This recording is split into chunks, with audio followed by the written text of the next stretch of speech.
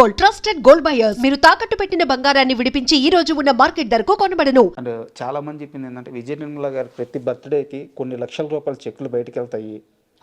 నాకు ఆవిడ బర్త్డే అంటే నాకు ఆవిడ బర్త్డే మోస్ట్లీ హైదరాబాద్లో ఎక్కువ జరిగేది నాకు తెలుసు. ఆవిడ నా ఫస్ట్ బర్త్డే నా బర్త్డేకి ఎక్కువ ఖర్చు పెట్టాను చిన్నప్పుడు ఉన్నప్పుడు. నాకే అర్థమయ్యేది కాదు అది ఎవరి బర్త్డే ఏమి జనాలు ఈ గేమ్ షోస్ అని పెట్టి పిల్లలందరికీ పిల్లలకి ఇవి తర్వాత ఆ టెంపుల్స్కి వీటికి ఆవిడ అంటే ఆవిడ రెగ్యులర్గా ఆవిడ చాలా చేసేవారు యాక్చువల్లీ. సో అంత డీటెయిల్డ్ నాకు నిజంగానే తెలియదు. చెక్ రాశారా పంపించారా ఇవన్నీ నాకు తెలియదు. నా పనిలో నేను ఉండేవాడిని. బట్ నాకు తెలిసి అయితే నా కొన్ని బర్త్డేస్ మటు చాలా గ్రాండ్గా చేశాను. దాని తర్వాత ఎప్పుడైతే పెద్ద అయిపోయానో అక్కడి నుంచి కొంచెం సింపుల్. నేను I wanted it to be simple. యాక్చువల్గా ఇంటర్వ్యూకి వస్తా మీ గురించి తెలుసుకోవాలని చెప్పి నేను మొత్తం ప్రిపేర్ అవుతున్న సమయంలో నాకు ఒకటి అర్థమైంది. నవీన్ విజయకృష్ణ అంటే విజయ నిర్మల గారి కోసం జీవితం మొత్తం మీరు ట్రావెల్ అయ్యారు. అంటే ఆమె ఎప్పుడు ఏ మాట అడిగితే ఆ మాట ఫుల్ఫిల్ చేయడానికే ట్రావెల్ అయ్యారు. 100%. మీరు ఎడిటర్గా అవ్వడానికి కారణం ఆమె ఒక్కరోజు మందలించడమే. ఏంద్రా లైఫ్ ఒక్క క్వశ్చన్ అడిగిన దానికి కొన్ని సంవత్సరాలు మీరు ఇంటికి రాకుండా శబ్దలయ స్టూడియోలో కింద కొనుక్కొని మరి వర్క్ నేర్చుకొని వర్క్ చేసుకొని ఒక సినిమా ఛాన్స్ దక్కించుకొని కృష్ణవంశీ గారితో మళ్ళీ ఇంటికి తిరిగి వచ్చారు. అక్కడి నుంచి ఎడిటర్గా మీకు ఎంత మంచి పేరు వచ్చిందో ఇండస్ట్రీ వాళ్ళు అందరికీ తెలుసు. అక్కడి నుంచి మళ్ళీ ఆమె నిన్ను యాక్టర్గా చూడాలని ఉందని ఒక్క మాట అడిగిన దానికి ఆ ఎడిటింగ్ అంతా పక్కన పెట్టి యాక్టర్గా మీరు కోవిడ్ ముందు వరకు ఎంత పెద్ద ప్రయాణం చేశారో అందరికీ తెలుసు. నానమ్మ అడిగిన ఏ మాటకి మీరు ఎదురు చెప్పలేదు, నో చెప్పలేదు, దాన్ని ప్రయత్నిస్తూనే ఉన్నారు. ఈ విషయంలో మిమ్మల్ని చాలా సక్సెస్ఫుల్ మనవడం అనుకోవచ్చు. నాకు నేను ఏ రోజు నేను సక్సెస్ అయ్యాను అని నేను మైండ్లోకి వెళ్ళిందంటే I think that is the end of my career అని నేను ఫీల్ అవుతాను. నేను కెరీర్ పరంగా అడగట్లేదు, ఏదో ఎలాగైనా ఆ బాండింగ్ పరంగా అడుగుతున్నాను. నేను ఒకటే చెప్తానండి, నేను నాకు దేవుడు అన్నాడు ఉంటే నాకు షష్ఠి పూర్తి వరకు ఉన్నానంటే ఆ రోజు నేను వెనకాల చూసుకొని ఎవాల్యుయేట్ చేసుకుంటాను. అప్పటి వరకు నథింగ్ ఇస్ అన్ అచీవ్మెంట్ నాకు తెలిసి. అంటే చిన్న చిన్న సక్సెస్ ఉంటాయి, but at the same time success అయిపోయిన వెంటనే నెక్స్ట్ ఏంటని ఉంటుంది. వెంటనే ఒక 3 ఫెయిలియర్స్ రావచ్చు. సో ఈ రోజు నేను అప్పుడు సక్సెస్ అయ్యానని ఇప్పుడు కోవిడ్ తర్వాత 4 years బ్యాక్ అయిపోయింది. సో ఆవిడ నన్ను యాక్టర్గా చూడాలనుకున్నారు. నేను ఎప్పుడు డైరెక్షన్ వెళ్తున్నానంటే ఆవిడకి నచ్చలా. బట్ నేను యాక్టర్ అవుదామని మధ్యలో అనుకున్నాను, డైరెక్టర్ అవుదామని మధ్యలో ఆఫ్టర్ హర్ డిమైస్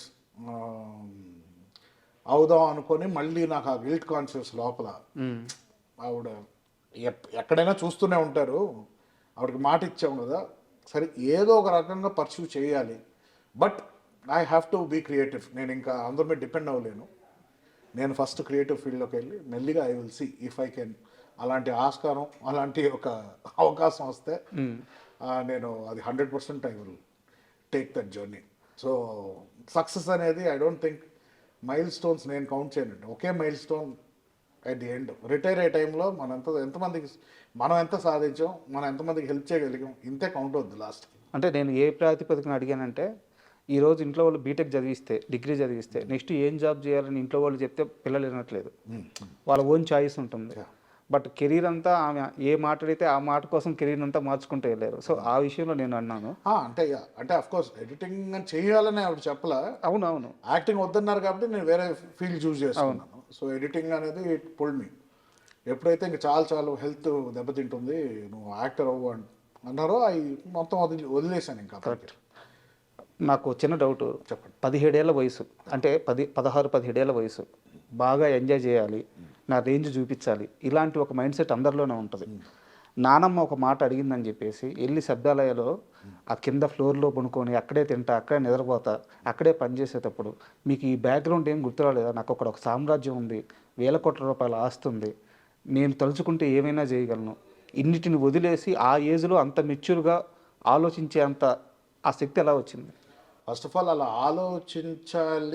ఆలోచించే అవకాశం ఇవ్వలేదు ఇంట్లో ఫస్ట్. ఎప్పుడు నాన్నగారా నాన్నమ్మగారు? నాన్నమ్మ గారు దగ్గర నుంచి వస్తుంది, అందరం ఆవిడ ఫుడ్ స్టెప్స్తోనే ఫాలో అయ్యాం కాబట్టి. ఫస్ట్ ఆఫ్ ఆల్ నేను I think around 15 years 16 years అనుకుంటా ఆవిడ స్విట్జర్లాండ్ ఎక్కడో షూటింగ్కి వెళ్తున్నారంటే జనరల్లీ ఏదో ఒకటి తెచ్చేవారు మాకు అక్కడి నుంచి. ఆ రోజు నేను వెళ్ళి ఏం కావాలి నీకు అక్కడి నుంచి అని అడిగితే నేను వస్తాను స్విట్జర్లాండ్కి అన్నాను. ఓకే. అంటే ఆవిడ నీవు డబ్బులు అన్నారు. లేవన్నా. మరి ఎలా వెళ్తావు అన్నా. నీ డబ్బులతో నువ్వు వెళ్ళు అన్నారు. నేను నీకు తెచ్చేదే ఎక్కువ, నువ్వు ట్రావెల్ అవ్వాలంటే ఒక ఖర్చు, అది ఎంత అవుద్ది, ఆ కష్టం తెలిస్తే నువ్వు ఎంజాయ్ చేస్తావు ట్రిప్ని. ఊరికైనా వెళ్ళిపోతే నువ్వు అసలు ఆ కష్టం తెలియదు, ఎప్పుడు నేర్చుకుంటావు రెస్పాన్సిబిలిటీని అప్పటి నుంచి స్టార్ట్ చేశాను ఫస్ట్. ఆవిడ చాలా డిసప్పాయింట్ అయిపోయాను. 2-3 days అలా ఎలా అడిగాడు, అది కరెక్ట్ కాదు కదా, అంత తేలిక కాదు కదా మన లైఫ్. నేను హర్ట్ అయిపోయాను. అంటే నాకు ఒక కోరిక అంతే ట్రావెల్ అవ్వాలి, అందరూ మాట్లాడింది, బట్ అది అంత తప్ప అని నేను రియలైజ్ అయ్యాను అప్పుడు. దాని తర్వాత ఇంకెప్పుడు అన్ని గుండెలు రాలేదు నాకు, ఇంకోసారి ఏదైనా అడగాలి. సో మనం ఎలా ట్యూన్ చేశారంటే ఫస్ట్ నుంచి ఎప్పుడు మన కష్టమే ఇంపార్టెంట్. ఎప్పుడు నీకు దారి ఈరోజు నేను ఉన్నాను, రేపు లేకపోతే నువ్వు ఏం చేస్తావు ఒకటారి రియాలిటీ చెక్లోనే పెంచారు 100%. ఈరోజు ఈ ఆస్తులు ఉన్నాయి, రేపు ఉండకపోతే ఏం చేస్తావు, ఈ క్వశ్చన్స్ అడిగాడు. ఇది ఏంటంటే ఇవి బాగా డీప్గా నాలో పాతుకుపోయినాయి. సో ఆ పరంగా ఆలోచించేవాడిని కానీ. అండ్ ఎప్పుడైతే యాక్టింగ్ అది వద్దన్నారు, సో ఓకే, నాకు ఆ డైరెక్షన్ ఇంట్రెస్ట్ నాకు ఎప్పుడు. సో ఎడిటింగ్ ఫస్ట్ యానిమేషన్ ఏదో ఒకటి చేయాలి, దాంతో ఎడిటర్గా వెళ్ళా. ఇదన్నీ ప్లాన్ చేసుకోలేదు, బట్ ఏదో ఒకటి చేయాలన్న ఒక ఇంట్రెస్ట్తో ముందరికి వెళ్ళా. మీరు ఎడిటర్గా ఫస్ట్ కృష్ణవంశీ గారి సినిమా వర్క్ చేశారు. అవును. 2 days బ్యాక్ నేను సి రామప్రసాద్ గారికి సినిమాటోగ్రఫీ ఆయన ఇంటర్వ్యూ చేశాను. రైట్. కృష్ణవంశీ పని విషయానికి వస్తే రాక్షసుడు, మనిషి కాదు, భోజనం కూడా తినేవాడు, పని చేస్తా చచ్చిపోరా ఎవరు అడుగుతారు, ఇలా మాట్లాడే మనిషి అని చెప్పాను అనమాట. మీరు కృష్ణవంశీ గారితో వర్క్ చేసేటప్పుడు మీకు ఎలాంటి ఎక్స్పీరియన్స్ ఎదురైంది? నాకు అంటే అది it was one of the best experience నాకు. ఎందుకంటే నేను ఐ వాజ్ వెరీ యంగ్. నేను వచ్చినప్పుడు 18 years సంథింగ్, అప్పుడే పరిచయం అయ్యాను. సో మనకి ఇండస్ట్రీలో వర్క్ ఎలా ఉంటుంది అంటే ఫస్ట్ హ్యాండ్ ఎడిటర్గా ఎలా ఉంటుందో మనకి ఇవన్నీ తెలియదు. సో ఆయన స్టార్ట్ అవడమే ఆయన వర్క్ ప్యాటర్న్కి అలవాటు అయిపోయాను నేను. ఓకే. ఇది ఇంతే, ఇలా చేయాల్సి వస్తుంది, ఏదైనా హార్డ్ వర్క్ లేకపోతే పైకి రారని ఒక మైండ్లో ఉంటుంది. ఆయన వర్క్ ఇప్పుడు చెప్పాలంటే ఇప్పుడు అర్థమవుతుంది, ఎందుకంటే మిగతా డైరెక్టర్స్తో కూడా పనిచేశాను కదా. కరెక్ట్. సో ఆయన డీటెయిలింగ్ ఎక్కువ ఉంటుందండి. అండ్ ఆయన ఏదో అనుకొని తీస్తారు. ఆయన ఇంప్రొవైజేషన్లు చాలా ఉంటాయి. మళ్ళీ చిన్న ఎగ్జాంపుల్ ఏదన్నా సీన్ గురించి మీ ఇద్దరి మధ్య డిస్కషన్ చెప్తారు? నాకు అంటే ఆయనకి నాకు టెక్నికల్గానే ఎక్కువ డిస్కషన్ ఉండేదండి. నాకు మెయిన్ అంటే నాకు most important very crucial message ఆయన చెప్పింది ఏంటంటే, ఎడిటర్గా నేను ఫస్ట్ ఇప్పుడు ఆ టైంలో యాంథనీ వీళ్ళందరూ ఇప్పుడు టాప్ ఎడిటర్స్. అవును అవును. ఘర్షణ అవన్నీ చేశారు. సో నేను యాజ్ అ కిడ్ నాకేంటి ఆ స్టైల్లో చేయాలి, కూల్గా ఉండాలి, ఎడిటర్ ఎంటీవీ స్టైల్లో ఉండాలి, ఆయనకు నచ్చేది అది. బట్ ఏంటంటారంటే ఎమోషన్ రావట్లేదు అంటారు. నాకు అర్థమయ్యేది కాదు. ఇప్పుడు చేజ్లో ఎమోషన్ ఏముంది, చేసే కదా అనేవాడు. లేదు కాదు, ఆడియన్స్ ఫీల్ అవ్వాలి కదా చేజ్ అంటే, ఆ స్పీడ్ బట్టి కట్స్ పట్టే కదా ఉంటుంది అని నాకు అయ్యేది. అర్థమయ్యేది కదా ఏం చెప్పేవారు. బట్ నాకు రాఖీ టైంలో కొంచెం అర్థం, ఆయన కరెక్ట్గా అంటే ఆయన హడావిడిలో ఆయనకు అర్థమైనట్టుగా ఆయన చెప్పేవారు, నాకు అర్థమయ్యేది కాదు. ఒక ఎక్స్పీరియన్స్ వచ్చింది, నాకు కోపం వచ్చేసేది. బట్ ఎక్కడ చెప్పుకుంటాం, ఫ్రెండ్కి చెప్పుకున్నాను. ఎమోషన్ అంటారు ఏంటి, చేజ్లో ఎమోషన్ ఏముంటుంది, నాకు అర్థం అవ్వట్లేదు అంటే, ఓ పక్కన నాకు అర్థమవుతాయేమో, లేకపోతే ఆయనకు అర్థమవుతుంది నేను అనుకోవడానికి సీన్ లేదు. ఎందుకంటే ఆయన కృష్ణవంశీ అంటే నాకు అంత సీన్ లేదేమో, ఈ సినిమా తర్వాత ఆయన నన్ను వెళ్ళిపోమంటారని ఫ్రస్ట్రేషన్ ఉండేది. ఇంత దూరం వచ్చి ఈ సినిమా చేసి ఇప్పుడు నాకు ఆయన కావాల్సింది ఇవ్వలేకపోతున్నానే అని బాధపడిపోయాడు. రాఖీ తర్వాత చేస్తున్నప్పుడు అప్పుడు కూడా ఇదే, ఏదైనా ఉంటే ఇది తీసేసి, ఇది ఎక్కువ, ఇంకా కావాలంటే అయ్యో ఎంతసేపు అండి సినిమా చూస్తారు, బోర్ కొట్టదా ఇదని అంటే కాదు అనేవారు. ఎవ్రీ షాట్కి ఒక లైఫ్ ఉంటుంది, ఎవ్రీ షాట్కి యాక్టర్ బట్టి, ఎమోషన్ బట్టి, డైలాగ్ బట్టి, దానికంటూ ఒక క్యాలిక్యులేటెడ్ లెంగ్త్ ఉండదు. ఒక ఎడిటర్కి నీ పని ఏంటంటే సినిమాకి సోల్ ఉంటుంది, ఆ సోల్ని మెయింటైన్ చేయాలన్నాడు. నాకు కొంచెం అర్థమైంది అప్పటికి. అండ్ ఆయన ఇట్లాగా మ్యాన్ ఆన్ ఫైర్ అని రెఫరెన్స్ ఇచ్చేవారు. నేను ఎప్పటికీ ఆ man on fire Tony Scott ఎలా క్రియేట్ చేసాడు ఎఫెక్ట్ దాంట్లో పడిపోయి అది క్రియేట్ చేశాను, కానీ చేశాను కదా, ఇదే కదా కావాలి మీకంటే ఆయన ఇది రావట్లేదు, ఇది తీసే అన్నారు. నైట్ అంతా చేశారండి ఇది అంటే, లేదు ఇది రావట్లే, మనకి ఎమోషన్ రావట్లేదు. నాకు ఫ్రస్ట్రేషన్ వచ్చేసింది. అమ్మా 2 నైట్స్ నిద్ర లేకుండా ఈ క్రియేట్ చేస్తే టప్పని తీసేయమన్నారు. ఆయన ఆలోచిస్తారా, ఒకటే క్వశ్చన్ అడిగారు, నువ్వు మ్యాన్ ఆన్ ఫైర్ చూసావా అని అడిగారు. చూశానండి అని. నువ్వు ఎమోషనల్ అయ్యావా అక్కడ? అవునండి అయ్యాను. ఎందుకు అని అంటే, ఎందుకంటే దాంట్లో పలానా సస్టెనెన్స్ ఉంది షార్ట్కి, నువ్వు ఓన్లీ స్టైల్ అడాప్ట్ చేస్తున్నావు, కానీ నువ్వు ఎమోషన్ వైపు ఆ డైరెక్టర్ కన్వే చేసిన ఎమోషన్ నువ్వు పట్టుకోలేకపోతున్నావు అన్నారు. అప్పుడు నేను ఏం చేశానంటే మొత్తం మ్యాన్ ఆన్ ఫైర్ సినిమాని DVD రిప్ చేసి ఎడిట్స్ చేసుకొని ఎన్ని ఫ్రేమ్స్ ఉంది షార్ట్ అని ఉన్న చూడడం స్టార్ట్ చేసి ప్రాక్టికల్ గా గమనించారు. యాక్చువల్లీ ప్రాక్టికల్ గా చూస్తే షార్ట్స్ చాలా పెద్ద షార్ట్స్ ఉన్నాయి దాంట్లో, మధ్యలో ఎఫెక్ట్స్ నువ్వు realise okay okay okay okay మనం తప్పు చేస్తున్నాం అని మెకానికల్ గానే వెళ్తుంటే నేను సరే ఇంత కొంచెం ఇద్దాం, ఇంకొంచెం పెంచుదాం, ఈయనకి నచ్చుతుంది కాబట్టి. ఈ ట్రావెల్ అయింది చరాకి. దాంతో చందమామకి అప్పుడు కొంచెం బుర్ర పనిచేయడం స్టార్ట్ చేసింది. సరే ఈయన ఏం కావాలనుకోండి, ఎందుకంటే అది కొంచెం చందమామ అనేది ఎక్కువ స్టైల్ ఇవంతా లేదు, వెరీ రూట్ లెవెల్ మంచి ఫ్యామిలీ లవ్ ఎమోషన్స్ దీంట్లో వెళ్ళే సినిమా కాబట్టి. అప్పుడు ఒక మాట అన్నారు, నువ్వు ఎడిటర్గా ఒక ఆడియన్స్ నువ్వు సినిమా చూస్తున్నప్పుడు నువ్వు ఒక చోట్ల నవ్వుకుంటావు, లేకపోతే ఒక చోట్ల ఆలోచిస్తావు, ఒక చోట్ల ఒకళ్ళు మాట్లాడితే యూ స్టార్ట్ థింకింగ్. నువ్వు ఎక్స్పీరియన్స్ చేయాలి అది, యాక్టర్స్ ఏం చేస్తున్నారు అంత లెంగ్త్, దానికి ఒక లైఫ్ లెంగ్త్ ఉంటుంది, అది నువ్వు చూడాలి, ఆ ఎమోషన్ పట్టుకోవాలి. అదే ఆ ఎమోషన్. ఓకే నాకు అప్పుడు అర్థమైంది, ఓకే ఓకే ఓకే దీన్ని మనం ఎడిటర్ లాగా చూడకూడదు, దీన్ని ఆడియన్స్ లాగా చూద్దాం సినిమాని. అప్పుడు చందమామ స్టార్ట్, ఒక సీన్ నాకు ఇవ్వండి మనం చేస్తానని చెప్పి ఒక సీన్ నేను చేశాను. ఒక సీరియస్ క్వశ్చన్ ఉంది, చెప్పండి. అయితే మీరు కరెక్ట్గా సమాధానం చెప్పాలి, స్కిప్ చేయకూడదు. నేను ఎప్పుడు ఏది స్కిప్ చేయలేదు. 2015లో మీ లైఫ్లో ఏం జరిగింది, ఏం జరిగిన తర్వాత మీరు మనిషిగా ఇంకా చాలా మెచ్యూర్గా చాలా మారారట? నాకు పానిక్ అటాక్ వచ్చిందండి ఫస్ట్ టైం. అంటే ఎందువల్ల పానిక్ అటాక్ అంటే అది ఎలా చెప్తాను నేను, అది ఇప్పుడు అది మళ్ళీ అది ట్రిగర్ అవుతుంది నా feel. It was very silly.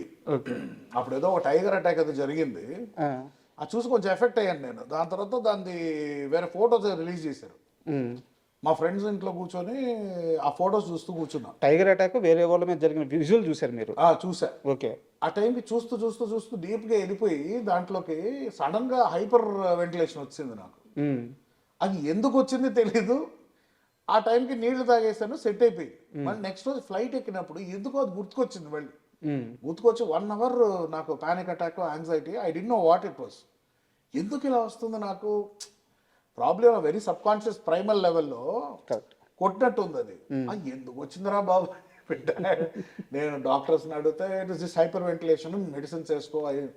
నాకు అప్పుడు అర్థమైంది, ఈ మెడిసిన్స్ స్టార్ట్ చేస్తే ఎంతోమంది అప్పుడు చెప్పారు ఇప్పుడు యాంటీ డిప్రెసెంట్స్ లాంటిది, యాంగ్జైటీ మెడికేషను, ఒకవేళ అవి స్టార్ట్ చేస్తే it will be an endless process. Correct. First tablet తీసుకొని పడేసా. కానీ కొన్ని రోజుల తర్వాత కుదరలేదండి నా వల్ల ఒంటరి కార్లో ట్రావెల్ అవ్వలేకపోతుండే. ఏంటంటే ఆ టైంలో ఆ ఫీలింగ్ ఎస్కేప్ అవడానికి ఎయిర్పోర్ట్ నుంచి దిగాక కార్ నేను తోలే, అదే ఫీలింగ్లో చాలాసేపు ఒక కెఫేకి వెళ్ళి ఒక ఛాయ్ వేద్దాం, కొంచెంసేపు రిలాక్స్ అవుదాం. ఆ టైంకి ఇంకా ఫీలింగ్, కెఫే ఛాయ్ వేసాక మళ్ళీ అలాగే ఫీలింగ్ వచ్చింది. తర్వాత మా ఫ్రెండ్ వాళ్ళ వైఫ్ ఒకళ్ళు సైకాలజిస్ట్ ఉంటే ఫోన్ చేస్తే, ఏం లేదు జస్ట్ డీప్ బ్రీత్ తీసుకో, రిలాక్స్ అవ్వు అంటే కొంచెం బెటర్ అయ్యా. దాంతో కొంతమందిని కలిసా, ఫ్రెండ్స్ని కలిసాక ఐ వాస్ బెటర్. మళ్ళీ నెక్స్ట్ రోజు నుంచి స్టార్ట్ అయింది అదే feeling. I don't know what to do. So దాని తర్వాత డాక్టర్ అప్పుడు సరే ఓకే ఇది ఎక్కువ అవుతుంది, సరే ఒక యాంగ్జైటీ లాంటిది ఇచ్చారు, ఎప్పుడు నా ఫీలింగ్ వస్తే ఇది వేసుకో.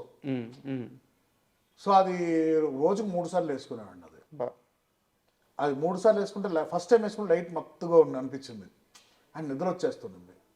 సో సగం నా డైలీ రెగ్యులర్ లైఫ్లో చేసే పనులు నేను చేయలేకపోతున్నాను, ఒంటరి కార్లో ట్రావెల్ అవ్వలేకపోతున్నాను. కొంచెం సేపు ఒంటరిగా ఉంటే ఎక్కడన్నా రూమ్లో యాంగ్జైటీ వచ్చేయడం, టీవీలో ఏదైనా కొంచెం అలా టెన్షన్ చూస్తే యాంగ్జైటీ వచ్చేస్తుంది. చిన్న చిన్న ట్రిగర్స్ మెంటలీ ఎందుకు సఫర్ అవుతున్నాను నాకు తెలియదు. సో అదేంటంటే సర్వైవల్ ఇన్స్టింక్ట్ అంటారు. ఓకే. ఫ్లైట్ ఆర్ ఫైట్ మోడ్లో వెళ్తుంది బ్రెయిన్. ఒకసారి షాక్ అయిందంటే అది కాన్స్టెంట్గా వాన్ చేస్తుంటుంది బ్రెయిన్, ఎక్కడ వెళ్ళినా డేంజర్ ఉంది, Repeat గా సో ఎవ్రీథింగ్ సెటిల్ అయిపోయింది. దాని నుంచి అందులోంచి నేను ఎంతమంది సైకాలజిస్ట్ దగ్గరికి వెళ్ళినా వాళ్ళు చెప్పే అడ్వైస్ నాకు ఎక్కల, అంటే నాకు సెట్ అవ్వాల, ఎంత వాడుతున్నా వర్కౌట్ అవ్వాల. ఏమనంటే లాస్ట్కు ఇది మెడిసిన్ వేసుకుంటారు, అన్నిటికీ మళ్ళీ కెమికల్గా వస్తుంది. ఎలా బయటపడ్డారు మరి? అది చాలా ప్రాసెస్ అండి, అది ఎలా చెప్పా I can't scientifically explain, but ఒకటే ఏంటంటే నేను రియలైజ్ ఏంటంటే ఒక పాయింట్ వరకు లైఫ్లో I was really free, happy, alone, I could travel, I do anything. అసలు ఇలాంటి ప్యానిక్ అనేది లేదు మనకి. యాంగ్జైటీస్ వచ్చేది ఏదైనా సినిమా ఓపెనింగ్, అది కామన్ అందరికి, అది వస్తుంది, అది ఓకే కొంతసేపు ఉంటుంది వెళ్ళిపోద్ది.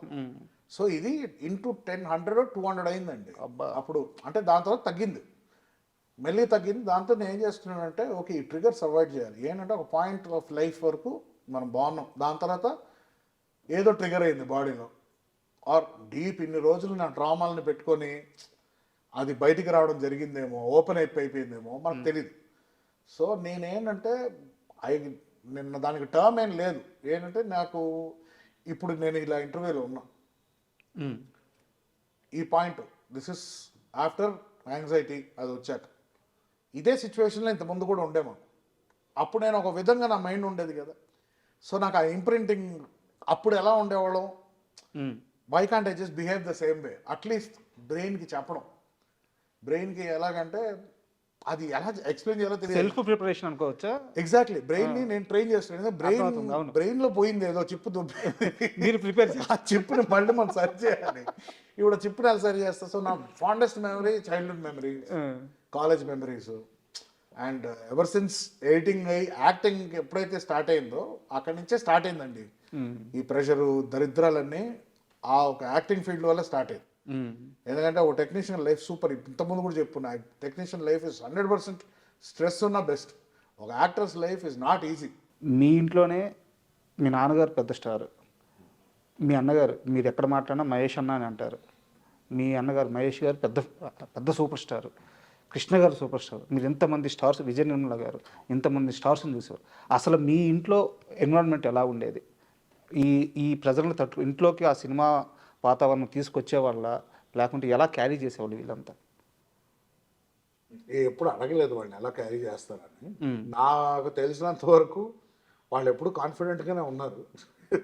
ఏదైనా ఫెయిలియర్స్ ఏదైనా ఫ్లాప్స్ ఏదైనా వచ్చినా బాధపడతారని తెలుసు. అంటే మన ఇంటి వరకు మహేష్ అన్నైతే ఓపెన్గా చెప్పారు ఇంటర్వ్యూలోనే, నాకు ఫ్లాప్స్ పడితే నేను బయటికి రాను అని చెప్పేసి, విచ్ ఇస్ వెరీ హ్యూమన్. ఎవరు నిలబడి ఫ్లాప్ అయితే అనుకో, ఎవరైనా అంత కష్టపడతారు. సో కాల్డ్ డేస్ పెద్ద హీరోలు అయితే సినిమాలు అట్లీస్ట్ ఒక 90 days to 150 days ఇలా నడుస్తాయి. ఎవ్రీ టెక్నీషియన్ ఫ్రమ్ హీరో నుంచి ఇన్వెస్ట్మెంట్ అంత ఇది, దాని యాక్టింగ్, దాంతో డబ్బింగ్ చేసి డైరెక్టర్లు ఇంత పనులు చేసుకున్నాక సినిమా రిలీజ్ అయ్యాక ఎఫర్ట్, అది ఎఫర్ట్ ఏంటి, ఆడియన్స్ని టార్చర్ పెట్టాలని ఎవరు సినిమాలు తీరు, సక్సెస్ కోసమే తీస్తారు. సో ఆటోమేటిక్ ఏమైపోతుంది సేమ్ అండి. అంటే నేను కష్టపడి చేసాము, ఎందుకు సక్సెస్ అవ్వలేదు, టార్గెట్ ఆడియన్స్, వ్యాలిడేషన్ కోరుకునేది ఆడియన్స్ నుంచి. ఆడియన్స్ ఇప్పుడు రివర్స్లో ట్రోల్ చేయడం స్టార్ట్ చేస్తున్నారు. అవును. So an industry that is based out of audience, audience ఇది ఇలా ఉంది రెస్పాన్స్ అనేసరికి it is very hard to take for actors నా ఫీలింగ్. సో గుండెని రాయి చేసుకుంటే మళ్ళీ యాక్టర్ కావడం కష్టం. I don't think there is any actor who is not sensitive. Everyone goes through, at least బాత్రూంలోనే ఏడుస్తారు నాకు తెలిసి. ఎవరికి బయట చూపించుకోపోయినా బాత్రూంలో 100% అండి, అది గ్యారంటీ. ఎవరో ఉన్నారంటే దే గ్రేట్, బట్ నాకు తెలిసి అయితే ప్రతి స్టార్కి అయితే తప్పదు, ఇది తప్పదండి. ఒక అదే అంటున్నా కదా, ఒక గాడ్ స్టేటస్, ఒక స్టార్ స్టేటస్ వచ్చాక to handle that fame is impossible. అది నా country like India where fanaticism, అంటే ఫ్యాన్స్ అనే వాళ్ళు ఫ్యాన్స్ కూడా కాదు, they transcended to different level. Correct. ఏ లెవెల్కి వెళ్తారంటే అది ఒక, నాకు తెలిసి తెలుగులోనే ఉందండి, తమిళ్లో ఉంది, బట్ తెలుగులో ఉన్న పిచ్ అయితే నాకు తెలిసి తెలుగు సినిమాల హీరోలకి ఉన్న పిచ్చి ఎక్కడ లేదు. ఫ్యాన్స్ 100% లేదండి. In a way it's a blessing and it's a curse also. కొత్త డైరెక్టర్స్ వచ్చే వాళ్ళందరినీ మీ నాన్నగారు పట్టేస్తున్నారు. అంటే నాకు తెలిసి డాడ్ నాకు చిన్నప్పటి నుంచే was a little updated man. Correct. ఎప్పుడు కొంచెం ముందు చూపు ఉండేది in a lot of aspects. ఆయన అప్పుడు అప్పుడు కూడా 92లోనే నాకు తెలిసి ఒక లాన్సర్ కార్ తెప్పించారు ఆయన అప్పుడు. అప్పటికి ఇంకా ఇక్కడ ఇండియాలో రిలీజ్ అవ్వాలి ఆ కారు. ఎర్లీ 90sలో ఓకే. జపాన్ నుంచి ఇంపోర్ట్ చేసి తీసుకొచ్చారు. ఈ కార్ ఇలా కూడా కారు ఉంటుందా అని అనుకున్నాను. తర్వాత ఇంకో కారు ఎక్స్చేంజ్ చేశారు. ఆయన ఎప్పుడు ఓకే, ఎప్పుడు ఒక స్టెప్ ముందున్నాం ఎప్పుడు అని ఆలోచించే వ్యక్తి అని నాకు తెలుసు. సో ఆటోమేటిక్ బ్రెయిన్ అలా ఉన్నప్పుడు ఈజ్ కాన్స్టెంట్లీ, అంటే ఆయనకి ఇంట్రెస్ట్ క్రియేట్ చేయాలనే రూప్లోనే ఉంటారు. సో ఒక క్యారెక్టర్ చెప్తుంటే దిస్ ఇస్ ఎనీథింగ్ న్యూ, పర్ఫార్మెన్స్కి నాకు ఉంది స్కోప్ అనుకుంటే చేసేస్తారు. It's simple. Super. And Vijaya Nirmala గారి ప్రస్తావనకు వస్తే ఆమె ఫుడ్ చాలా బాగా వండుతారు, సూపర్ టేస్ట్ ఉంటుంది అని చెప్పి చెప్తారు అనమాట. మరి మీకెందుకు స్టార్ హోటల్స్లో తినాలనే కోరిక? నాకు తెలిసి కొన్ని లక్షల రూపాయలు మీరు స్టార్ హోటల్స్లో ఫుడ్ కోసం, బైక్స్ మెయింటెనెన్స్ కోసం కొన్ని లక్షల రూపాయలు ఖర్చు పెట్టేశారు అని తెలిసింది. నిజమా అబద్ధం? నిజమే. నిజమేనా? బైక్స్కి ఫుడ్కి ఆల్మోస్ట్ 15 years గ్యాప్. మీరు టైం లైన్స్ అంటే ఇంట్లో సేమ్ చెప్పాను కదండి, రూల్స్ ఎక్కువ అని. సో నా బాడీ తత్వమే చిన్నప్పటి నుంచి నేను లావుగానే ఉంటాను. సో నేను మధ్యలో సన్నపడిన సినిమాకి అదొక చిన్న ఇంత percentage of my life. So star హోటల్కి వెళ్ళాలని ఒక క్యూరియాసిటీ ఉండేది.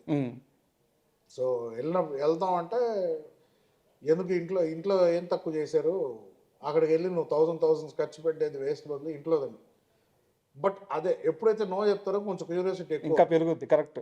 బట్ అఫ్ కోర్స్ నాకు పాకెట్ మనీ ఇవంతా తగ ఇచ్చేవారు కాదు. కొంచెం తెలుసు వీళ్ళకి ఏజ్లో ఇస్తే అనవసరమైన అలవాట్లు ఇవన్నీ స్టార్ట్ అవుతాయి, ఫ్రీడమ్ ఇవ్వకూడదు ఎక్కువ. సో కొంచెం కంట్రోల్లో ఉంటేనే కరెక్ట్ అనుకునే ఆవిడ పెట్టారు. ఇప్పుడు ఎప్పుడైతే ఎడిటింగ్ స్టార్ట్ అయిందో నాకు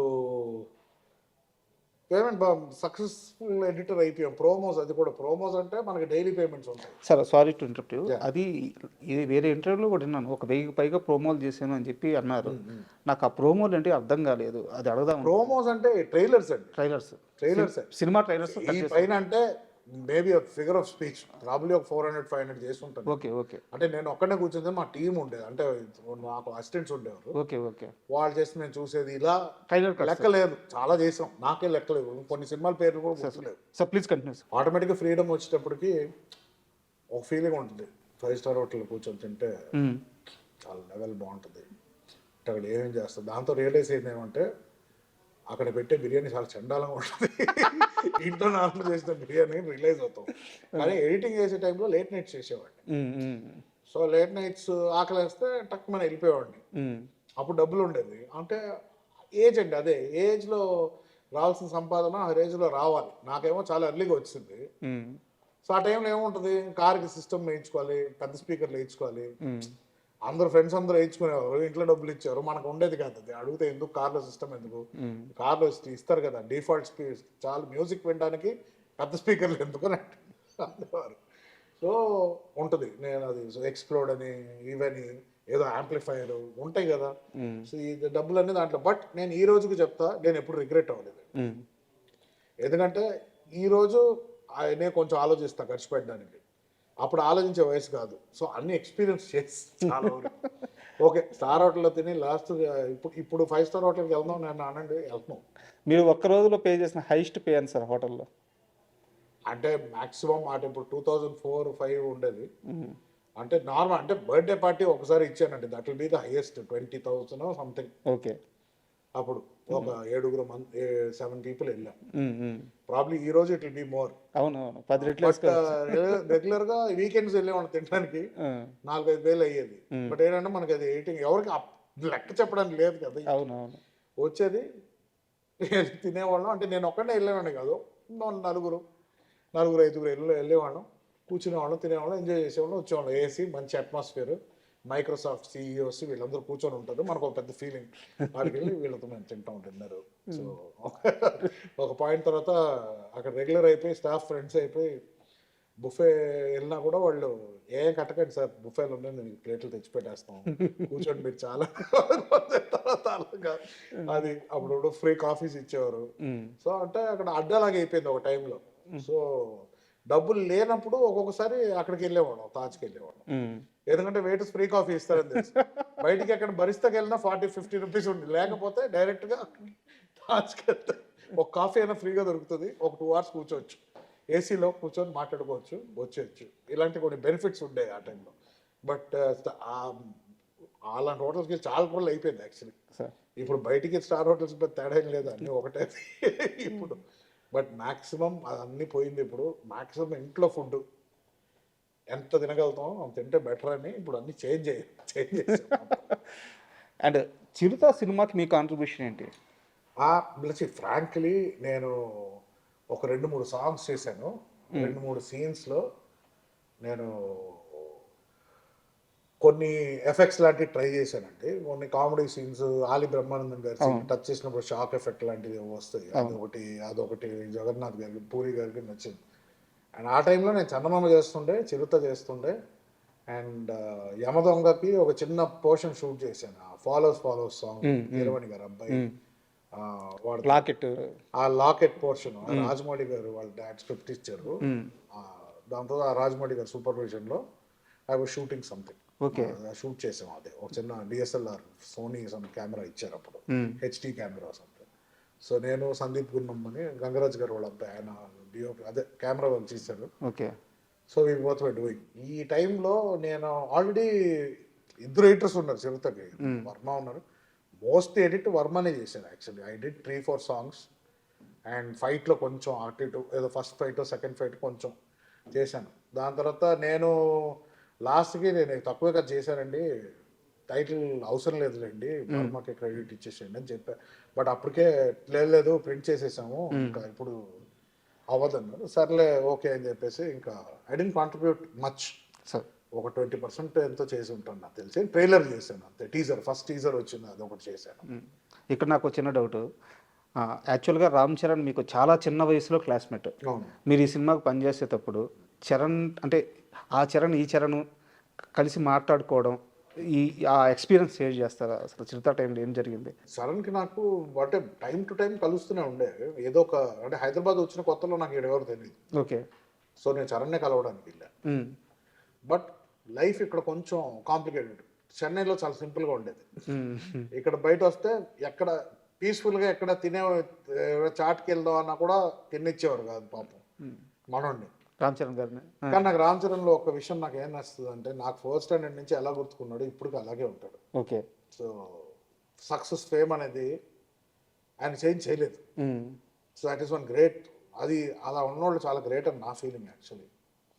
సో చాలామందిని చూసి నాకు ఇప్పుడు నేను స్కూల్ టైంలో ఎలా ఉన్నానో మ్యాక్సిమం అంతే. మన ఎక్స్పీరియన్సెస్ చేంజ్ అవుద్దేమో కానీ, మన కొన్ని ఆస్పెక్ట్స్ చేంజ్ అవుతాయేమో కానీ మన మనిషి లోపల ఉన్న సోల్ మారదు. Correct. Tej is one of the same people. ఇంకా 4th స్టాండర్డ్లో ఉన్నాడు అనుకోండి, అది వేరే మానసికంగా. బట్ చరణ్, నేను లాస్ట్ చరణ్ని కలిసిన టైం వాజ్ గోవిందుడు అందరు వాడి టైం. ఓకే. సో ఆ టైంలోనే 2-3 సార్లు కలిసాము.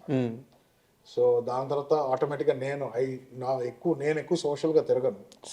సో దాంతో నేను కలవడం లేదు, కానీ అప్పుడు ఈ was the same, the way he talks, same person. ఏ మొత్తం మార్పు ఉండదు. So is the same genuine kind guy. So that is one thing I really like. So Chirutha కూడా ఫస్ట్ నన్ను చరణే వచ్చి అడిగారు ఫస్ట్. ఓకే. వచ్చి ఇలాగ ఎడిట్ చేస్తామని అడిగాడు. చేస్తానని చెప్పాను. సో దాంతో వెళ్ళినప్పుడు చెప్పారు 2 ఎడిటర్స్ ఉన్నారు, సో కొన్ని పోర్షన్స్ నువ్వు, కొన్ని పోర్షన్స్ ఆయన. Okay fine, what ever we can do. But I feel నా టైటిల్ అనవసరంగా వేసారనిపిస్తుంది ఇంకా ఉందని, ఎందుకంటే మనస్ఫూర్తిగా కాంట్రిబ్యూట్ చేయలేదు నేను అసలు. మీడియా పైన కోపం వచ్చిన క్షణం గుర్తుందా? మీడియా పైన కోపం రాదు నాకు. వచ్చింది. నాకు వచ్చే కోపం అయితే ఓన్లీ పీపుల్ మీద ఉంటుంది. ఇప్పుడు ఒకళ్ళెవరో స్లిప్ అయ్యారని చెప్పి I can't completely dismiss all the media people కదండి. సాయి తేజ్ గారి యాక్సిడెంట్ అప్పుడు పర్సనల్గా చాలా సఫర్ అవ్వలేదా మీరు? 100% అయ్యాము. ఎందుకు అవ్వలేదు? తినేసింది లోపల. ఫోన్ స్విచ్ ఆఫ్ చేసేసుకొని. అవును, ఆఫ్ చేశాను, 100% ఆఫ్ చేశాను నేను. ఏమని ఆన్సర్ చేస్తాను నేను అప్పుడు? ఏం క్వశ్చన్స్ అడుగుతారు? బట్ వచ్చిన వాటిల్లో కూడా సాయి తేజ్తో పాటు నరేష్ కొడుకున్నాడు. అవును, ఇద్దరు కలిసి అంటే 400 కిలోమీటర్స్ వెళ్ళారు. తర్వాత కిలోమీటర్స్ బైక్ ఇండియాలో. తర్వాత కాలంలో ఇవన్నీ అబద్ధం అని తేలింది కాబట్టి సరిపోయింది, కానీ ఇద్దరు తాగున్నారు, ఇట్లాంటివన్నీ వందల పుకార్లు వచ్చినాయి. ఎలా హ్యాండిల్ చేశారు? రోడ్డు మీద మట్టి ఉంటే తాగనవసరం లేదు, చవన్ బ్రష్ చేసుకున్న పడిపోతారు కింద. ఫస్ట్ ఆఫ్ ఆల్ డ్రింకింగ్ నేను చెప్తానండి, నేను కాలేజ్ టైంలో తాగేవాడిని అండి బాగా. ఓకే. ఎందుకు, ఎవడి కెపాసిటీ ఎక్కువ ఉంది ఫ్రెండ్స్ మధ్యలో ఈ ఒక కామెడీ పేర్ ప్రెషర్ వల్ల. But I never enjoy drinking. ఏదో ఏదో కలిస్తే ఫ్రెండ్స్తో కలిసినప్పుడు నేనుగా వెళ్ళి తాగేది అండ్ తాగేయడానికి ప్రోగ్రాంలు వేసుకునే ఇది కాదు. Okay, I don't know, I'm a smoker, I smoke till today. నేను ఎప్పుడు క్విట్ చేస్తాను నాకు తెలియదు. అదొకటే నాకు ఇస్తుంది ఆనందం.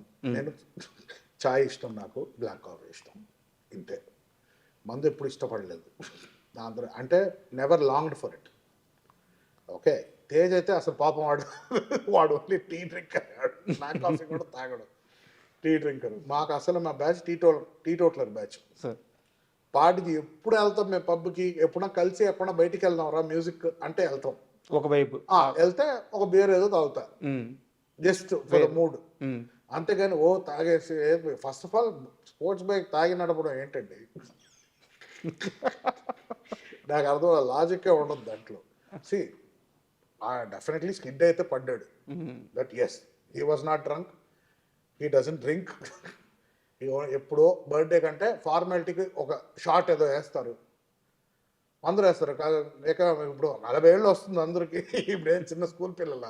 But alcohol never. నేను ఐ యూస్ టు. మధ్యలో they was a face where I drank and నా ప్రాంకేస్ దొబ్బింది. అవునా? అంత అంటే not because of alcohol, okay, because of my life style okay, and my eating habits. Sir, Sai Tej గారు యాక్సిడెంట్ అయిపోయిన తర్వాత మీరు అంటే అక్కడ ఒక స్పేస్ ఇద్దామని చెప్పి గ్యాప్ తీసుకున్నారు. తర్వాత ఎప్పుడో మీరు కలిసి ఉంటారు కదా, తర్వాత ఆ ఇన్సిడెంట్ తర్వాత ఆయన కాన్షియస్లోకి వచ్చిన తర్వాత ఏదో ఒక రోజు మీ ఇద్దరు కలిసారు కదా, 100%. ఫస్ట్ టైం ఆ మీటింగ్ మీ ఇద్దరి మధ్య ఏం జరిగింది సంభాషణ? ఎందుకంటే మీ ఇద్దరు థిక్కెస్ట్ ఫ్రెండ్స్. ఆయన మిమ్మల్ని చూడంగానే ఏం మాట్లాడారు, మీరు ఆయన చూడంగానే ఏం మాట్లాడారు? ఏమైనా ఫస్ట్ హగ్ చేసుకున్నాం, దాని తర్వాత చెప్పండి. నెక్స్ట్ ఏదో బైక్ కొందాం అన్నాడు అప్పుడు.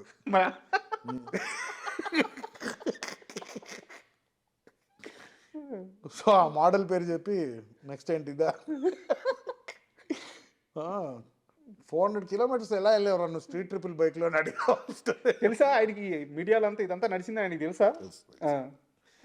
తెలుసు, అన్నీ తెలుసు. పాపం రికవర్ అయ్యే టైంలో రికవర్ అయ్యేటప్పుడు చాలా మెంటలీ డౌన్ ఉంటారు పేషెంట్స్. సో బాడీ డౌన్ ఉంటుంది, ఎనర్జీ లెవెల్స్ డౌన్ ఉంటుంది. ఎందుకంటే మనోడే ఏజ్డ్ పర్సన్ కాదు కదా, ఈ వాజ్ యంగ్, యాక్టివ్, ఎవ్రీథింగ్. ఇప్పుడేంటి బ్రెయిన్ రెస్పాండ్ అవ్వడానికి టైం పడుతుంది, స్పీచ్ ఇంపైర్మెంట్ ఉంది. సో లోపల మానసికంగా నాకే ఒక 2-3 సర్జరీస్ తర్వాత రికవర్ అయ్యి 15 days చాలా చిరాగ్గా ఉంటుంది. ఏం చేయలేకపోతున్నాం, బయటికి వెళ్ళలేకపోతున్నాము, బెడ్లోనే పడుకోవాలి. పాపం అన్ని రోజులు ఈ was there on the bed. So will be frustrated. So వచ్చాక అది కన్సోలింగ్ ఇవన్నీ ఎవడు చేయకూడదని నా ఫీలింగ్. అండ్ నా గురించి తెలుసు, నేను ఏది సీరియస్గా తీసుకోవాలని తెలుసు, అన్లెస్ ఇట్ ఈస్ డెత్.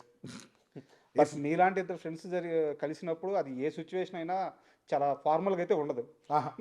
ఫార్మల్గా ఎప్పుడు లేదు, ఏదైనా ఎక్కువ నవ్వుకుంటాం, లేకపోతే కోపాల్లో ఉంటాం, అంతే, తిట్టుకుంటాం. మీరు చెప్పారా రే ఇన్సిడెంట్ తర్వాత నా బైక్స్ అని అమ్మేసాడు నాన్నని? వాడికి చెప్పలే, అమ్మే అయిపోయింది, బైక్స్ ఏమైంది అన్నాడు, అయిపోయినాను, ప్యాకప్. ఏం సార్ మీ ఇద్దరి మధ్య అంత థిక్ రిలేషన్, అంటే అది ఫ్యామిలీ బాండింగ్ లాగా అయిపోయింది, ఎలా సెట్ అయింది అంత స్నేహం ఇద్దరి మధ్య? ఇప్పుడు మీరు అడిగిన క్వశ్చన్కి స్క్రీన్ ప్లే ఆఫ్ లైఫ్ అంతే. What is meant to be అది జరగాలని రాసి పెట్టుంది. చెన్నైలో మేము హార్డ్లీ 4-5 years కలిసి ఉన్నాం. దాంతో హైదరాబాద్కి వచ్చాడు, నేను కాల్ చేయలేదు, నాకు నంబర్ లేదు. హైదరాబాద్కి వచ్చాక చరణ్ని కలిసాక తేజ్ నెంబర్ తీసుకున్నా. ఓకే, ఫోన్ చేశా, కలిసాము. అప్పుడు మేము క్రికెట్ ఆడేవాళ్ళం. సో మనోడు రాజూస్ క్రికెట్ క్లబ్లో ఆడేవాడు. ఒకరోజు ఎవరో చెప్పారు క్రికెట్ 6 బాధేస్తున్నాడు అక్కడ, సూపర్ మీ ఫ్రెండ్ అంటే, అప్పుడు నేను వెళ్ళా, కలిసాం, మళ్ళీ ఒకసారి కలిసాం. దాని తర్వాత కొన్ని 1-2 years కలవలేదు. ఓకే, దాని తర్వాత సబ్వేలో కలిసా. తర్వాత అప్పటికి ఇంకా మనోడు యాక్టింగ్ ఏం లేవు, నేను ఎడిటింగ్లో ఉన్నప్పుడు అప్పుడు సబ్వేలో కలిసా ఇంకో ఫ్రెండ్తో. మళ్ళీ అప్పుడు స్టార్ట్ అయింది పరిచయం, మళ్ళీ అప్పుడు మీట్ అవ్వడం స్టార్ట్ అయింది, ఓకే. దాంతో రెగ్యులర్ కలవడం స్టార్ట్ అయ్యింది మళ్ళీ. బట్ ఇదేంటంటే ఫ్రమ్ ఫ్రమ్ నేను I think I was in 4th or 5th, అప్పుడు ఆ టైం నుంచి నాకు ఒక ఎవ్రీ ఫేజ్లో కలుస్తూ ఉండేవాడు. So every time we met, అది ఒక బ్రదర్ బాండింగ్ లాగా అయిపోయింది. అంటే చిన్నప్పుడు ఆ 4-5 years వాడిని బాగా టార్చర్ పెట్టా క్రికెట్ నేర్పించాలని, కొట్టేవాడిని, తిట్టేవాడిని. అవునా? వీడు రాడనుకునేవాడిని, మళ్ళీ ఇంకా వచ్చేవాడు మళ్ళీ, లేదు నేను బాగా ఆడతానని చెప్పి వచ్చాడు. అప్పుడు అదేదో పెద్ద నేను కోచ్ మనోడు, బట్ ట్రైనింగ్ అయితే చాలా ఇంటెన్స్గా ఇచ్చేవాడు ఆ టైంలో. అయితే మీ ప్రభావం ఆ షాట్లన్నీ ఏమో అది వాడిని అడగాలి, నాకు తెలియదు, అడగాలి ఎవరు. మామూలుగా కొట్టాడు బాల్ని. అవునవును, బాగా కొడతాడు, గట్టి కొడతాడు. దాని తర్వాత ఇక్కడ రావడం, ఇక్కడ కలిసాక ఫస్ట్ 2 times జస్ట్ కలిసాం అంతే, మాట్లాడుకున్నాం, అయిపోయింది. ఎప్పుడైతే ఆ సబ్వేలో కలిసామో అక్కడి నుంచి daily, this was in 2001 or 2004 అనుకుంటా, 2004-5లో కలిసాం. ఇంకా అక్కడి నుంచి ఇప్పటి వరకు కంటిన్యూస్గా, ఇంకా గ్యాప్ లేదు. సో ఏంటంటే చిన్నప్పుడు అలా చూశాను కదా, సో ఆటోమేటిక్గా ఒక తమ్ముళ్ళలాగే ఉండేది ఇది. వాడు సక్సెస్ నా సక్సెస్ అని నేను వాడిని ట్రైన్ చేయాలి ఆయనకి ఎందుకో వచ్చింది. నాకు చరణ్తో ఎప్పుడు నాకు అలా లేదు. ఓకే. తేజ్ నాకన్నా కొంచెం చిన్నోడు కాబట్టి చిన్నప్పుడు తమ్ముళ్ళలాగే చూసేవాడిని నేను. సో ఇక్కడ కలిసాక అదే ఇది స్టార్ట్ అయింది. దాంతో వాడు కెరియర్ గురించి మాట్లాడినా, ఇలాంటి సినిమాలు చేద్దాం అనుకుంటున్నా, సో ఫస్ట్ డాక్టర్ అవుదాం అనుకుంటున్నాను అంటే, నేను పిచ్చా అన్నాను. నువ్వు అసలు చదువు వచ్చా నీకు? అసలు నువ్వు సినిమాలు కనీసం ఫ్లాప్ సినిమా తీస్తే ఆడియన్స్ ఇరిటేట్ అవుతారు, ఇక్కడ నువ్వు తప్పు చేస్తే జనాలు చచ్చిపోతారు, నీకు నీ రిస్క్ తెలుస్తుందా నీకు అని చెప్పారు. దాని తర్వాత he decided he wanted to act and everything. అదే డాక్టర్ కావాల్సిన యాక్టర్ చేసింది మీరే? నేనేం చేయలేదబ్బా, అంతా వాళ్ళ డిసిషన్ ఉంటుంది, మనం ఎవ్వరు ఏం చేయరు. ట్రాక్ మార్చేసింది మీరే. వాడు నిజంగానే డాక్టర్ అవ్వాలనుకుంటే ఎంతమంది చెప్పినా డాక్టర్ అయ్యేవాడు. వాడు యాక్టర్ అవుదాం అనుకున్నాడని డాక్టర్ని చంపేసాడు వాళ్ళు, స్టెథోస్కోప్తో ఉరి తీసాడు డాక్టర్ని. So it's his decision ultimately. వాడు ఏదైనా అదే కదా whole policy, do what ever you want, but అంతే, బట్ ప్రాపర్గా చేయి అంతే. ఏదున్నా కూడా 100% దిగితే దాంట్లో దిగిపోవాలి అంతే. కానీ వెరీ గుడ్ సోల్ అండి. అంటే ఫస్ట్ టైం కలుస్తుంటే వాళ్ళు ఎంత చిన్న వాళ్ళైనా ఎంత పెద్ద వాళ్ళైనా ఎంత ఆప్యాయంగా దగ్గరికి తీసుకుంటారు, ఎంత ఆప్యాయంగా మాట్లాడతారు. తేజ్ నాకు చిన్నప్పుడు చాలా అండర్ కాన్ఫిడెంట్గా ఉండేవాడు, షై ఎక్కువ, చాలా కొంచెం భయం, షైనెస్ ఎక్కువ. అండ్ చిన్నప్పుడు ఏంటంటే ఆ ట్రైట్స్ ఉండిపోతాయి మనలో. అది యాజ్ వి గ్రో కాన్ఫిడెన్స్ రావచ్చు కానీ, బట్ ఇది ఇప్పుడు is very more confident person, especially after the incident, him coming back and giving hits. Change చేసింది 100% చేంజ్ చేస్తుంది ఎనీ మనిషి అండి. ఒకసారి లైఫ్ అండ్ డెత్ మధ్యలో ఉండి వచ్చామంటే మనిషి 100% మారుతారండి. Everything what you look at, అంటే ప్రతి ఒక aspect will seem different.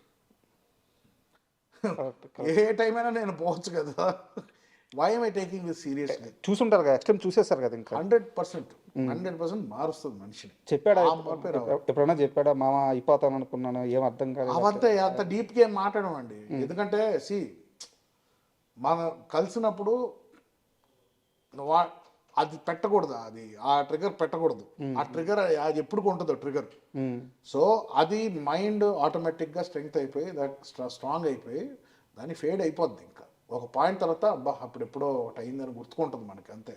So దాన్ని మనం గుచ్చి మాట్లాడడం, టాక్ ఎనీథింగ్ ఎల్స్ అంటే, అన్లెస్ అది నేను బాదర్ చేస్తుందంటే దాని గురించి మాట్లాడడం. మరి ఇంత క్లోజ్ ఫ్రెండ్స్ ఇద్దరు పెళ్లి గురించి ఆలోచించట్లేదండి? ఎవ్రీడే ఆలోచిస్తాం, ఎవరు దొరకట్లేదు.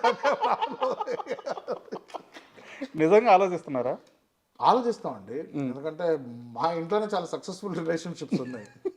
అంటే నాన్నమ్మ గారి, కృష్ణ గారిది ఇటు చూస్తాం, ఇంట్లో ఆంటీస్ వాళ్ళు. Ultimately what ever any life ఒక రిలేషన్షిప్లోనే ఎండ్ అవుద్ది. అండ్ ఎగ్జాంపుల్స్ ఉన్నాయి. సో నేను I always believed in a good family. What ever you do out side, మనం బయట ఏం చేస్తామో దట్ ఈస్ కంప్లీట్లీ డిఫరెంట్. అది వదిలేసి ఇంటికి వచ్చాక, అప్పుడు చెన్నైలో ఒక అట్మాస్ఫియర్ ఉండేది, ఇంటికి వస్తే అది ఒక safe space, nothing can enter. అది ఇప్పటికే ఐ క్రేవ్ ఫర్ ఇట్. ఇప్పుడు చాలామంది లేరు లైఫ్లో, బట్ ఆ atmosphere it is I feel it is నా responsibility to create that for the future generation. అంటే ఒక మ్యారీడ్ లైఫ్ గురించి మీకు మంచి అవగాహన ఉంది, అర్థమవుతుంది మీ మాటల్లో. బట్ ఎందుకు అటువైపు అంటే రీజన్, అంటే పర్టికులర్ రీజన్ నచ్చిన అమ్మాయి దొరకట్లేదా, right place at the right time అంటారు కదండి. టైం రాలేదా? ఆ టైమింగ్ కుదరలే లైఫ్లో ఎప్పుడు. ఎయిదర్ రాంగ్ అమ్మాయిలను కలవడము, ఆర్ వాళ్ళు రాంగ్ పర్సన్ నన్ను కలిసారేమో. దీంట్లో తప్పు గిప్పు లేదు, కానీ కంపాటబిలిటీ కుదరకపోవడం వల్ల. అండ్ ఎలా చెప్తాను, ఫస్ట్ 20 to 30 పాపం ఒక అమ్మాయి కోసం వెయిట్ చేశాను. ఆ అమ్మాయి తిరిగి కూడా రాలా, పెళ్లి చేసుకుని వెళ్ళిపోయింది. సో ఆ మోస్ట్ ప్రైమ్ ఇయర్స్ నేను ఇంకే అమ్మాయిని చూడలేదు. ఆ 30 years తర్వాత ఏంటన్నా ఇంత వీపిగండి అయిపోయానా అని అనుకున్నాను నేను.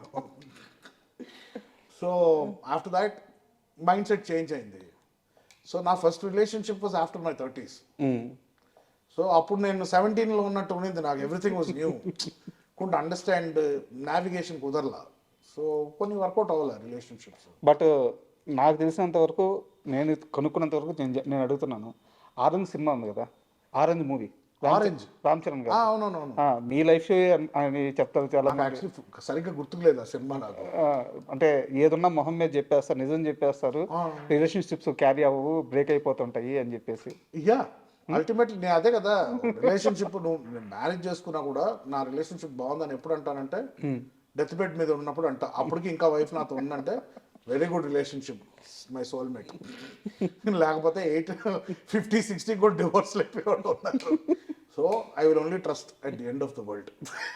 At the end of my world ఏదైనా ఇది నన్ను కంప్లీట్ చేసింది, దిస్ ఇస్ మై సోల్మేట్, నేను అచీవ్ చేశాను అనేది ఆ టైంలో డిసైడ్ చేయాలి, కానీ ఈ టైంలో ఏది. సరే, ఇప్పుడు ఓపెన్గా ఒకటి చెప్పండి. మీరు చేసుకోవాలనుకుంటున్న అమ్మాయికి ఉండాల్సిన లక్షణాలు ఏంటి, క్వాలిఫికేషన్స్ ఏంటి? అదే కదండి, నాకు క్లారిటీ లేదు. ఇంకా క్లారిటీ రాలేదు. క్లారిటీ అంటే క్లారిటీ కాదండి, ప్రాబ్లం అంటే అలాంటి లిస్టులు పెట్టుకున్నా అంటే ఎవరు దొరకరండి అలాగా. ఎవ్రీథింగ్ షుడ్ బి మ్యాజిక్ లాగా జరగాల, న్యాచురల్గా అవ్వాలి. ఒక అమ్మాయిని చూస్తే ఎందుకు అమ్మాయి నచ్చుతుందో, ఆ అమ్మాయి doesn't have to be Aishwarya, నేనేదో రితిక్ రోషన్ కాదు, కానీ doesn't have to be the most attractive women. కొంతమంది జస్ట్ నచ్చేస్తారు. కరెక్ట్. నేను ఫస్ట్ ఇష్టపడ్డ అమ్మాయి అయితే నార్మల్గా ఉంటుంది అమ్మాయి, బట్ 10 ఏళ్ళు వెయిట్ చేశారు. యా, నాకన్నా 4 years పెద్ద అమ్మాయి ఉంటుంది ఆవిడ, బట్ వెయిట్ చేశాను అంతే. అది ఎందుకు అంత నచ్చిందో తను నమ్మలేదు, నేను చిన్నపిల్లకని ఈడేమి ఉంటాడు ఇంకొక అమ్మాయిని చూసుకొని యంగ్ అమ్మాయికి వెళ్ళిపోతాడు అనుకుంది, పిచ్చింది. తర్వాత 30కి రియలైజ్ అయింది. 34 వచ్చినప్పుడు నేను 30 వచ్చి అప్పుడు రియలైజ్ అయింది. అప్పుడు పెళ్ళి అయిపోయింది ఇంకొకరితో. ఏం చేస్తావు ఇంకా, కానీ అమ్మాయి వెళ్ళి హ్యాపీ మ్యారీడ్ లైఫ్ అన్నా. సో ఇప్పుడు మనం రిలేషన్ గురించి మాట్లాడుతున్నాం కాబట్టి అది సీరియస్ క్వశ్చన్ కాదు, కానీ అడగాలనుకుంటున్నా. మీకు ఇష్టమైతే సమాధానం చెప్పండి, చెప్పండి, స్కిప్ చేసేసేయండి. ఇప్పుడు నాన్నగారి పర్సనల్ లైఫ్ గురించి నేనేం మాట్లాడినా అది వ్యక్తిగత చాయిస్. బట్ ఇప్పుడున్న ఆ రిలేషన్లో పవిత్ర గారి అసోసియేషన్ ఎలా ఉంటుంది, అంటే మీ ఫ్యామిలీ మెంబర్ అయ్యారు, సో మీ నాన్నగారితో ఎలా ఉంటున్నారు, మీతో ఎలా ఉంటున్నారు, ఫ్యామిలీ మెంబర్గా ఎలా కలిసిపోయారు, ఇప్పుడు అంతా కంఫర్టబుల్గా ఉన్నారా? Yeah, she's fantastic human being. నాకు అంటే వస్తుంటారు, రెగ్యులర్గా కలుస్తుంటాం. షీఈస్ ఆల్వేస్ వెరీ, ఎప్పుడు అందరిని పలకరిస్తారు, అందరితో కూర్చుంటారు, ఎలాంటి ఇది లేదు. She is a very happy go lucky woman. Okay, I feel డాడ్కి కరెక్ట్ మ్యాచ్ అని నా ఫీలింగ్. ఐ ఫెల్ట్ బికాస్ ఆయన కూడా కామ్గా ఉంటారు ఆవిడ ఉన్నప్పుడు. So I think after 50+ years is calm. So I think it's a good sign. అదే love, this never no time, no really time deadline or anything, never too late correct to find the right person. అదే చెప్పాను కదండి, నేను 60 years తర్వాత decide చేస్తాను. అప్పుడు 70 ఉంటే 70 వరకు అప్పుడు డిసైడ్ చేస్తాను. అప్పటి వరకు నాకు ఎవరు రైట్ అని నేను డిసైడ్ చేయను. So yeah. అండ్ పవిత్ర గారు లాస్ట్ అంటే కృష్ణ గారిని కూడా కలిశారు, కృష్ణ గారి ఆమోదం కూడా ఉందని చెప్పి నరేష్ గారు చాలాసార్లు చెప్పారు అనమాట.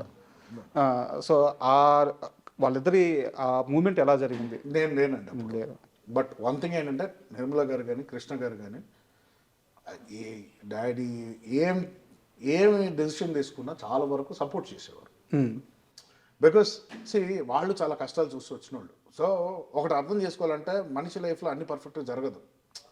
ఒకటి దానికి కట్టుబడిపోయి మనం యాంకర్ అయిపోయి అక్కడే ఉంటామా, ఆర్ ఆప్షన్ ఉంది ఏమైనా చేసుకుంటావా, you want make something good of life, today is happy, correct. ఎవరు కంప్లైంట్ చేయడానికి ఉంది ఇప్పుడు? But that's the whole point అండి. అందరిని సాటిస్ఫై చేయలేము. కరెక్ట్. బట్ అందరూ చెప్పేది ఒకటే, నీ సంతోషాన్ని ఎత్తుక్కో అంటారు. నీ సంతోషం ఎత్తుకోవడానికి 2-3 డిసప్పాయింట్ అవ్వాల్సి వస్తుంది తర్వాత. అందరి లైఫ్లో ఉంటుంది. ఎవరు 100% అందరినీ సంతోష పెట్టలేరు కదా. Correct. So ultimately first what you feel matters. నువ్వు సెక్యూర్గా ఉంటే ఇంకొక 2-3 నువ్వు సెక్యూర్ చేయొచ్చు, కానీ నీకే టికాణం లేనప్పుడు you can't go and try to make people happy. So Naresh గారి లైఫ్ మొత్తం చూస్తే అంటే అంత ఎక్స్పీరియన్స్ లేదు, కానీ నేను గమనించినంత వరకు ఆయన ఆనందాన్ని ఎత్తుక్కుంటూ పోతుంటాడు వర్క్లో కానీ తన లైఫ్లో కానీ. అండ్ అంటే ఇలా బతకాలరా, ఇది కదా లైఫ్, ఆ సాటిస్ఫాక్షన్ ఉంటుంది ఆయన లైఫ్ స్టైల్లో. మీ నాన్నగారి లైఫ్ నుంచి ఏమైనా తీసుకోవాలంటే, ఏమైనా నేర్చుకోవాలంటే మీరు కోరుకునేది ఏంటి? నేను కోరుకున్నా కూడా అవ్వదండి అది.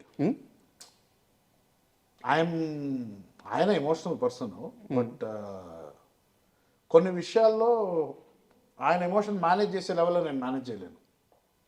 And that's not possible.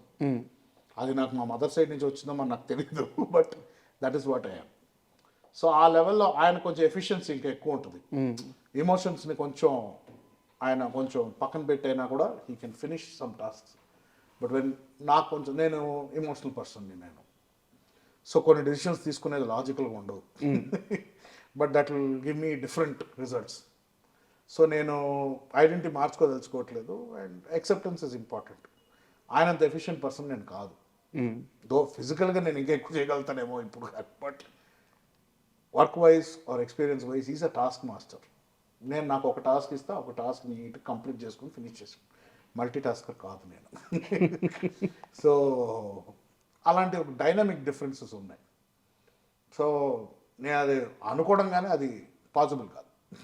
Both are little different.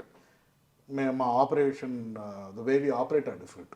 యాక్చువల్గా ఇందాక మా పిఆర్ఓ ఇక్కడ వచ్చారు కదా, ఆయనతో మాట్లాడుతూ ఉంటే ఈ బయట నేను ఒక few months back hero Suman గారిని ఇంటర్వ్యూ చేశాను. ఆయన ఇదే స్టూడియోలో షూటింగ్లో ఉంటే, షూటింగ్ అయిపోయినాక నాకు ఇంటర్వ్యూ ఇచ్చారు. నా ఫస్ట్ సక్సెస్ఫుల్ ఇంటర్వ్యూ అది.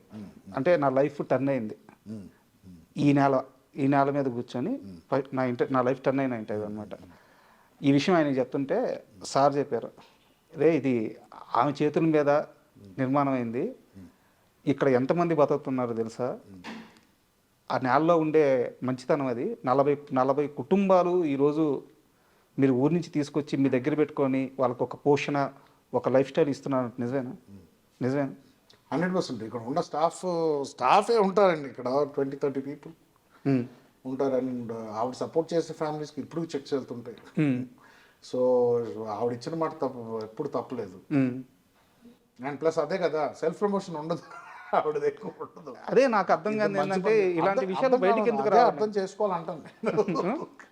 మనం మంచి అంటే మనకి లోపల హ్యాపీనెస్ ఇస్తుందంటే అది చాలు. ఇప్పుడు ఎంతమందికి హెల్ప్ చేసాం అనేది ఎందుకు చెప్పుకోవాలి బయటకు? హెల్ప్ ఎందుకు చేయాలనుకుంటున్నావు? ఒక పలానా పర్సన్కి హెల్ప్ చేస్తే నీకు హ్యాపీగా ఉంటుందేమో. నా ప్రాబ్లం ఏంటి, నాకు గిల్ట్ ఉండేది. మన లైఫ్ బాగుంది కదా మనకి. ఇప్పుడు నాకు కంపేర్ చేస్తే చాలామందికి సేమ్ ఈ లగ్జరీ ఉండదు కదా. సో ఎవరైనా కొంచెం హెల్ప్లో ఏమైనా డబ్బులు అడిగితే పోని మనం ఇచ్చేస్తే బెటర్ అని. ఇలా ప్రాబ్లం అయిపోయిందంటే దాని తర్వాత ఇచ్చుకుంటూ పోయి నా సొంత కారు అమ్మాల్సి వచ్చింది ఒక టైంకి. అవునా? సో ఆ రోజు బుద్ధి వచ్చి మానుకున్నా, ఓకే ఒక లెవెల్కి ఇవ్వచ్చు, నేను అంబానీని కాదు, ఇది కాదు, 1000 పీపుల్కి హెల్ప్ చేయడానికి. So I have my limitations.